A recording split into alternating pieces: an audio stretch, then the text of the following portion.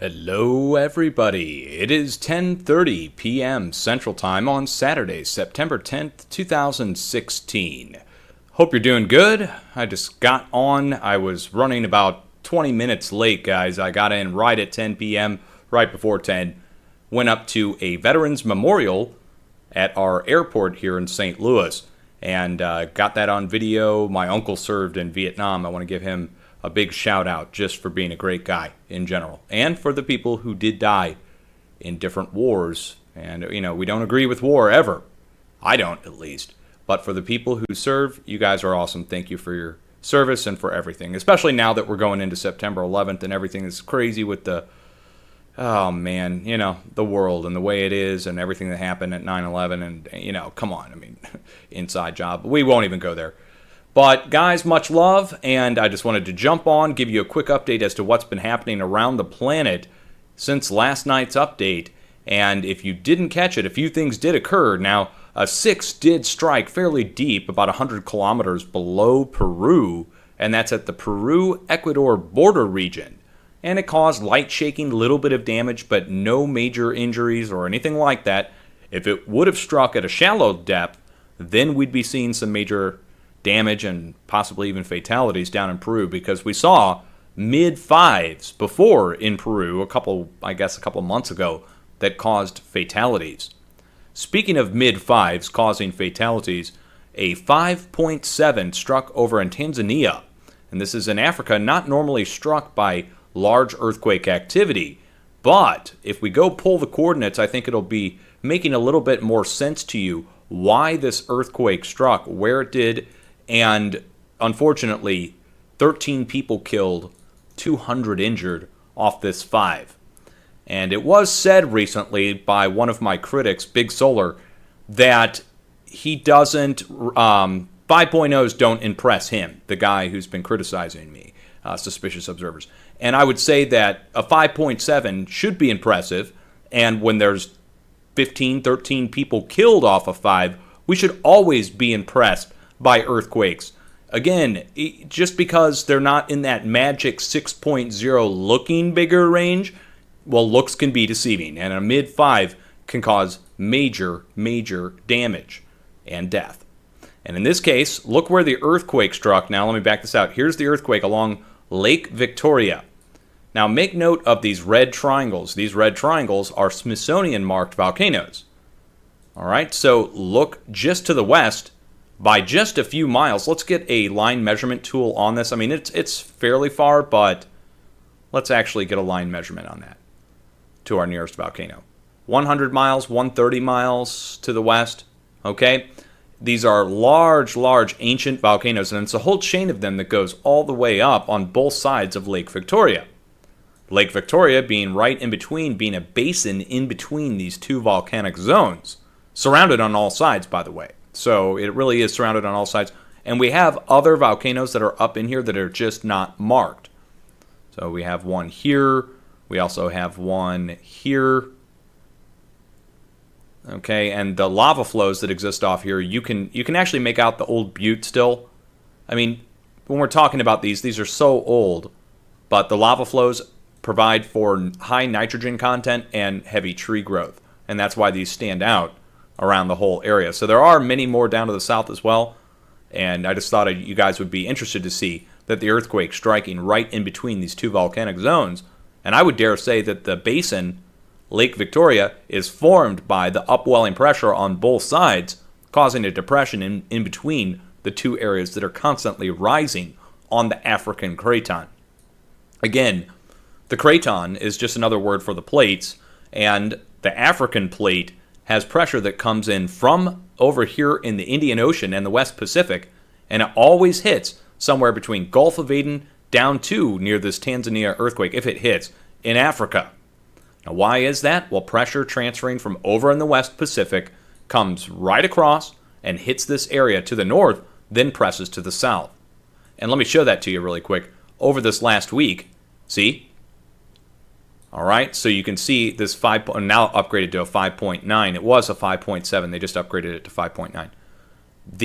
The pressure comes from up here in the Himalayas in the West Pacific and spills down the African craton Only leftovers, though, off what we see more to the north. And you have to take into account what happened over the past few weeks with the 6.8 up in Myanmar.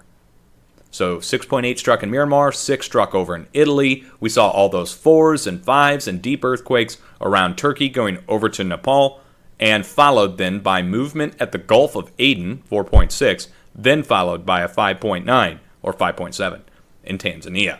All right? Now, up to the north in Europe, check it out. We were looking for a new swarm to return in Italy, and it sure did. Luckily, it stayed in the 3 range. So, loss of momentum across the plate, that's good news. But, look to the west now. We were talking about to the west, we were talking about Spain, Portugal, and then Mediterranean, South France, looking for new earthquake activity equal in size to what we were seeing to the west, to the east, to strike to the west, and it struck. A 3.9, a 3.1, and a 1.5 up here in Switzerland. Also, earlier today, at the Belgium-Dutch border, or Netherlands border, there was a 1.3, real small earthquake, but again, just proof that pressure is fanning out across Europe. So that's an update on Europe, Africa. Now, check it out over here in the West Pacific. You may remember last night's update, we talked about the silent zone down here to the south. You remember this? We were talking about the middle point over east of Papua New Guinea going into the Solomon Islands as the spot to watch for the next round of larger movement to strike, and a swarm of 5s broke out right at the spot where we warned. And then we also have volcanic activity brewing up here, there's some talk of it at least, in the Philippines. And there's talk of, about, what do they say, 4 volcanoes? You guys would have to go look up the article, and they list the volcano names. I don't have them here in front of me. It really doesn't matter. The fact that there's earthquakes striking there and that they're talking about new eruptions means these earthquakes that have struck over the past few days, take a look at it. All right, now you say that looks like a jumbled mess. Well, let's turn off all the smaller earthquakes and just look at the 5s. Again, that cluster of earthquakes around Philippines going down to Malaysia lets us know that if there is going to be a volcanic eruption, I won't be shocked just because of all the earthquakes that have struck there. Okay? But, again, since last night, the spot we were watching for the major movement to occur has occurred there. Now, again, Peru struck by that deep earthquake, and then the pressure transferring to the south, and you can see again over the last day a series of 2s and 3s fanning out down to the south. Still nothing striking our silent zone to the south, and we talked about that last night, said 2 to 3 days. Well, this is the start of day 2 now. So here we are going into day 2, no movement to the south, but it should strike soon. Now this leads me to the west coast of the U.S. There's an earthquake that just struck there, by the way, a 2, striking over at the Nevada border. And you may stand out the 4.2 up here at the U.S.-Canada border, just north of Washington State. We'll get the information on this and take a look. You guys will be able to see it. Here we are, 21 kilometers east of Oliver, Canada, at a 5-kilometer depth. Now, here's the ironic thing about this earthquake, as I go look it up and show you what's there. They've listed multiple explosions at this location for the past several months. And now we have a larger earthquake striking at the area, and look where it's striking. It's striking at the top of Baldy Mountain. And I would dare say that Baldy Mountain might in fact be related to other volcanoes in the area over to the west. Now I know it's pretty far. We're talking about a fairly large distance between the volcanoes over at BC and the earthquake striking down in South BC. But when you look at the nearby mountaintops, quote unquote, they stand out as possibly being uplift zones related to magma chambers down below. This may have never erupted, but it might be a dome that's formed. Baldy Mountain may in fact be related to volcanism. I'd have to look up the information on that. I don't know off the top of my head. I've never heard of it before. But also, by the way, Pentagon is the name of the nearest town. That leads me into the west coast, all right? So 4.0 striking to the north. Now we're talking about looking for a mid-5 to strike off the coast. We said that last night, did not strike today, but what struck today? 4's interior, 3's interior, 2's interior. So the magnitude level has gone up by a full notch. Just a day ago, it was just 1's, 2's, and a single 3. Now it's 1's, 2's, 3's, and a single 4. So it's going up in magnitude. Also, Yellowstone was struck again, north of Yellowstone, by a 3.3, 3.0 striking to the south of the border near Cerro Prieto volcano. Then, fault zone movement going along the coast. Now check it out, guys. We talked about Santa Barbara, and we talked about watching for new larger earthquake activity to strike near Santa Barbara over the next few days. Well, we were looking for a 4 in Southern California. Instead, now this is what, the fourth 3? There was a 2.8, a 2.9, a 2.9, and now the 3.0. So this is the 4th, striking offshore near the gas platforms. Now, you guys don't have to take my word for it. Go pull the coordinates on this 3.0, and you guys can check it out. They have it at the Santa Cruz Islands, right? Well, let me just show you, actually. It'd probably be better if I just show you. And we'll get into why this is all happening in a second. But I just want to confirm to you guys that the areas that we warned over the past few days are being hit. Okay, here we go. And here is Los Angeles. Here's Santa Barbara. And here's the earthquake. And our pumping operations exist here. Several offshore oil platforms and gas platforms. And let me see if I can get a better shot on these. Yeah, okay, you can see them. Each one of these is a different gas extraction. They're doing major fracking out there. They're doing injection and extraction coming out of there. And those aren't the only pumping operations. There's other platforms out here that are not marked. Several more down to the south as well. Google has done a good job of trying to capture some of them with overhead aerial imagery. But it's pretty obvious, right? Okay, so these go all the way along the coast, and just southwest of the coast, we have our earthquake striking out to sea. Nobody should be shocked by that. We were talking about this happening, and again, the pressure transferring along the fault zones along the coast. Well, if there's a pumping operation out there, that makes it even more vulnerable. Speaking of being even more vulnerable, guess what? Geologists in California are now going to be detonating explosives along the Hayward Fault in San Francisco to find out how earthquakes are related across distances. Yeah, over the next week, they're going to be drilling 30 and 50 foot deep shafts, inserting explosives and detonating them along the Hayward Fault. Now, the Hayward Fault, you may have heard of it before. You know what? There's a movie about this. It's called View to a Kill by it's a James Bond movie. Starring the, 1980s Bond. What's his name? Sir Richard Moore? Anyways, in the 1980s movie, View to a Kill, the evil villain is played by Christopher Walken, and his name's Zorin. He flies around in a blimp. And Zorin's plan is to pump seawater, saline salt water, into the oil wells and then detonate explosives along the Hayward Fault to flood Silicon Valley. Okay, that's the plot of the movie.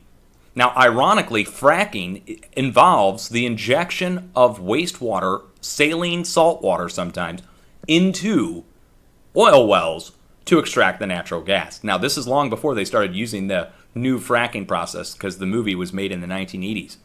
But go watch it. Go watch the movie. And now they're going to be detonating explosives along the Hayward Fault to see how earthquakes are related to one another. Why would they be doing that? I thought earthquakes weren't related to one another over a distance, according to Professor John Vidali, who came and said that on my page.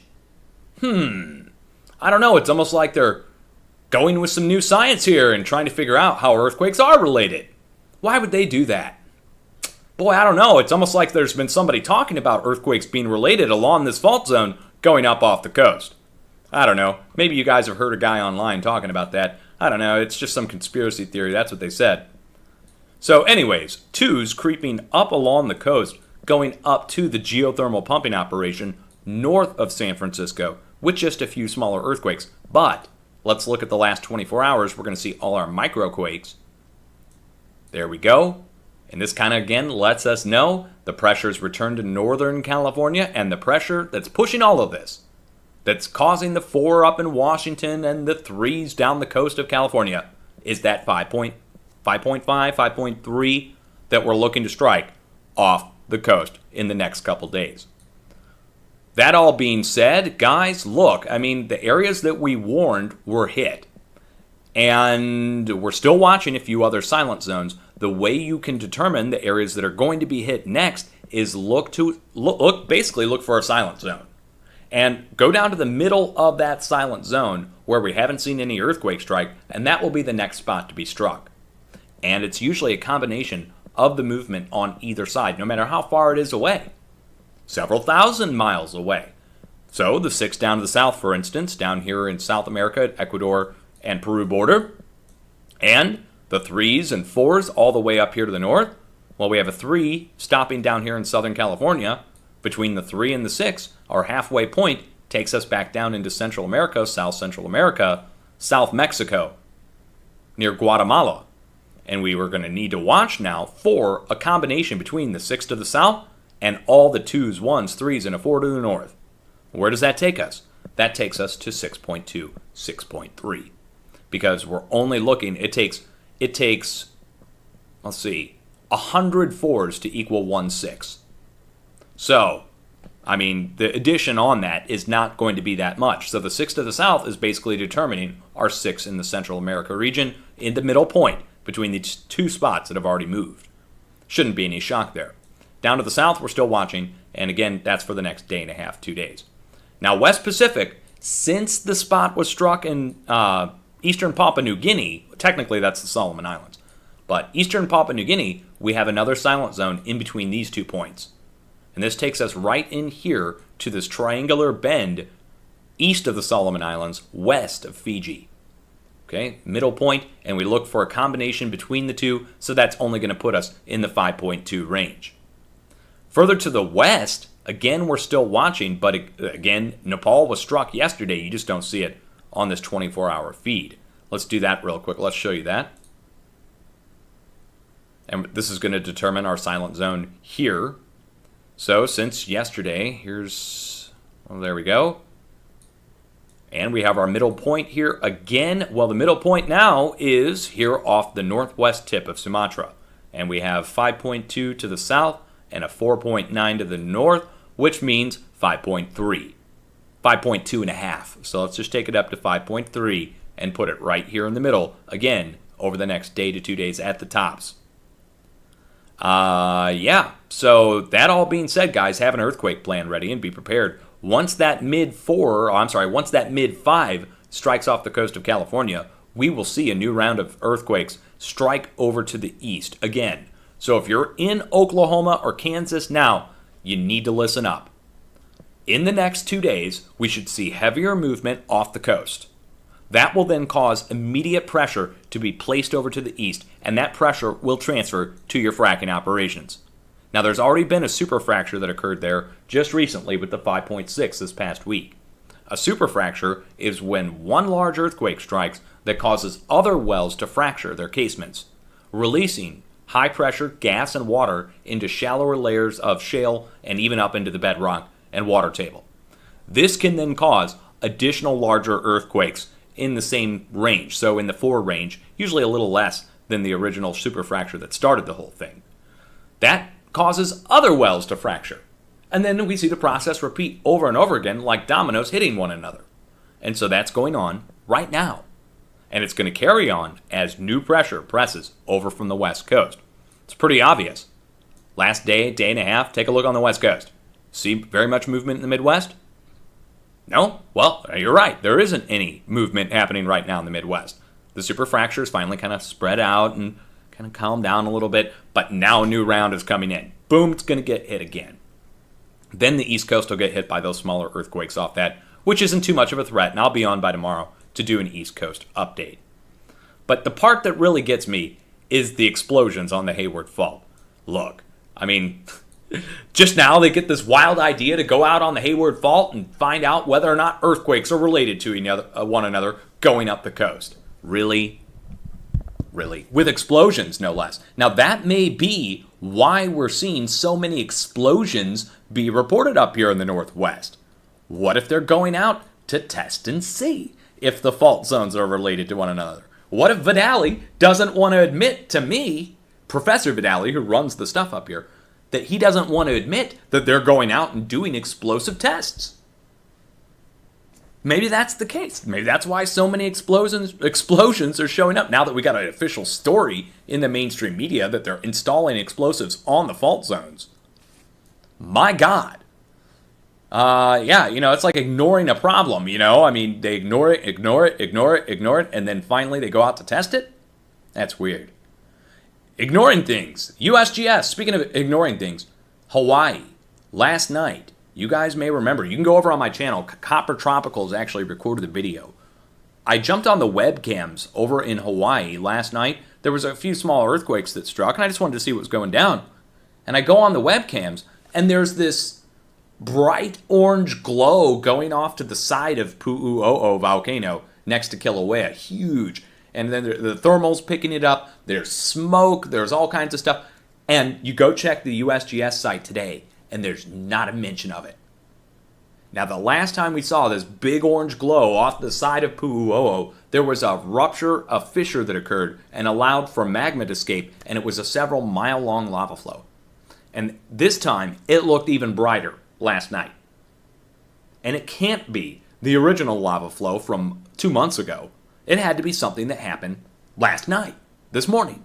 And they didn't do an update today. Now look what's going on.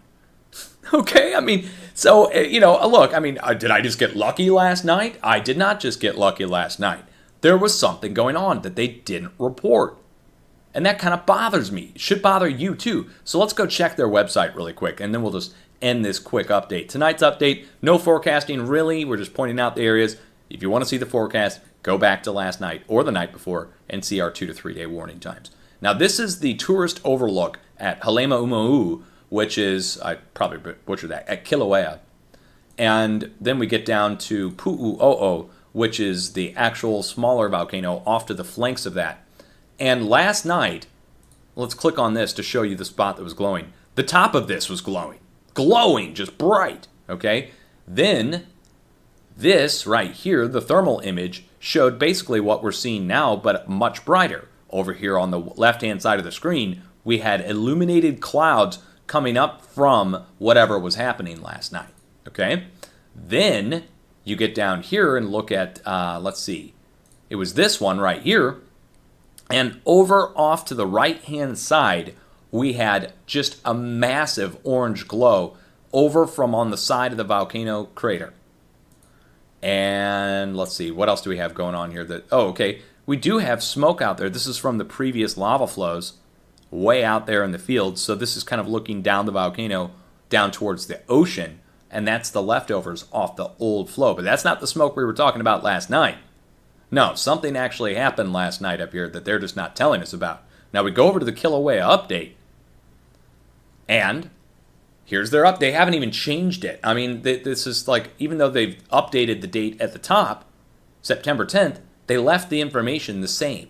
At Pu'u'o'o, webcam views suggest no significant geological changes. Well, what happened last night, USGS? What happened last night? Here's a picture. Again, they haven't done pictures since September 8th, showing the lava flow, the previous lava flow, hitting the ocean.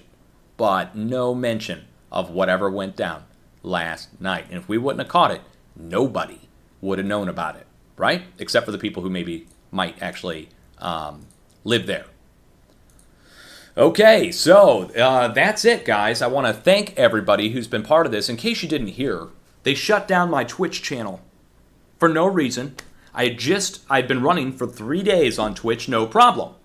And then I go log in, and people say, you are terminated. It's been flagged by the community and violating community guidelines over on Twitch. Now, they have cooking shows, they have people talking about some politics, they have people playing video games, they got all kinds of stuff, but I watched a cooking show on Twitch today just to verify. I'm like, what, do they not allow anybody to except for video games? No, they allow other stuff, just not me.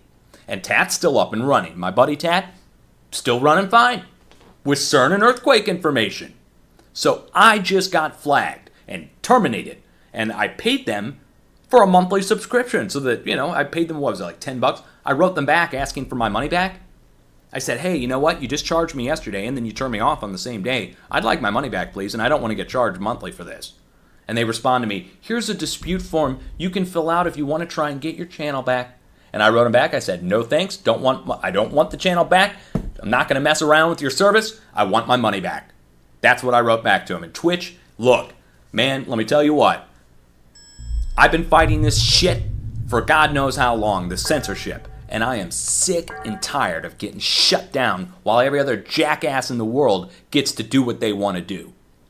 And even my own buddy has his own videos running on Twitch.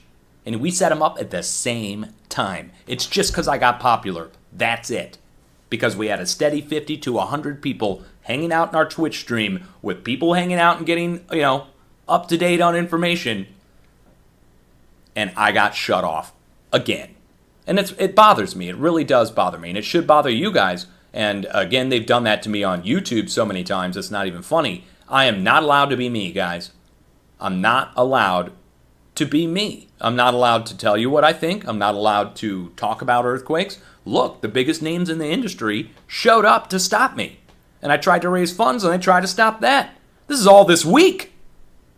I got shut off multiple times. I had the biggest names in the industry, 2 professors from 2 colleges show up and tell people I'm a scam artist not to donate to my fundraiser. Then they shut off my Twitch.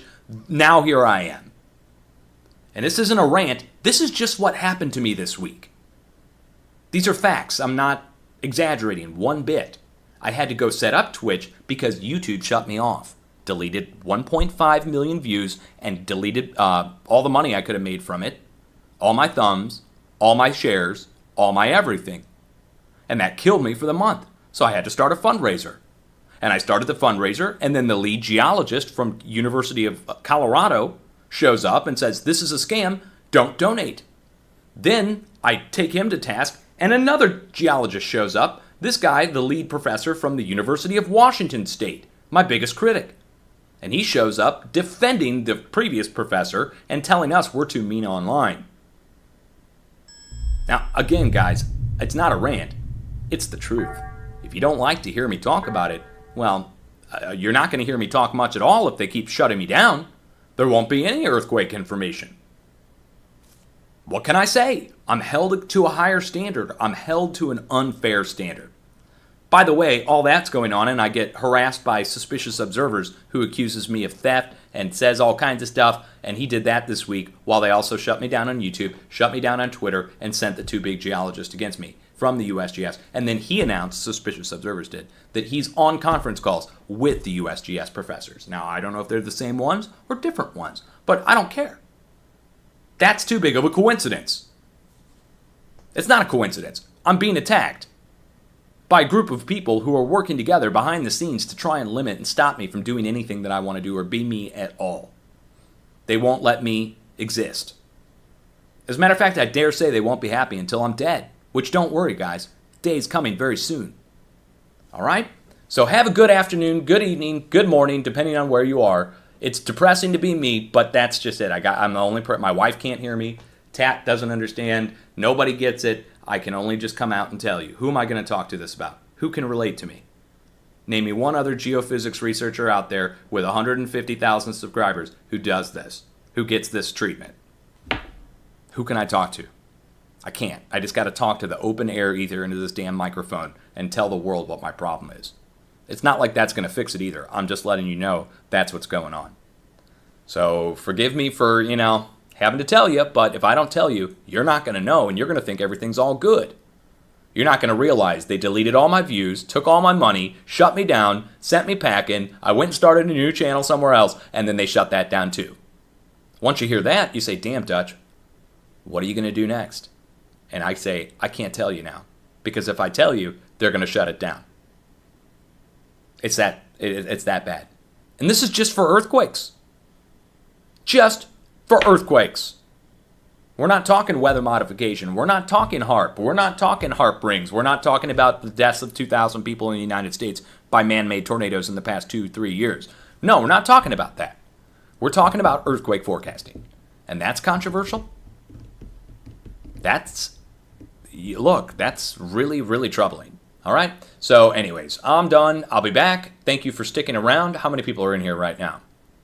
About 430 on the YouTube chat. So, well, that's all I've got, YouTube and my Dutch Sense Reloaded channel. So good to see 400 of you in here. please share the earthquake forecasts, which are over on my channel, or you can share this update, which I will share to my channel as well. I'll have it as a separate video on my channel, so you guys can share that and get it out to the people who do need to be warned.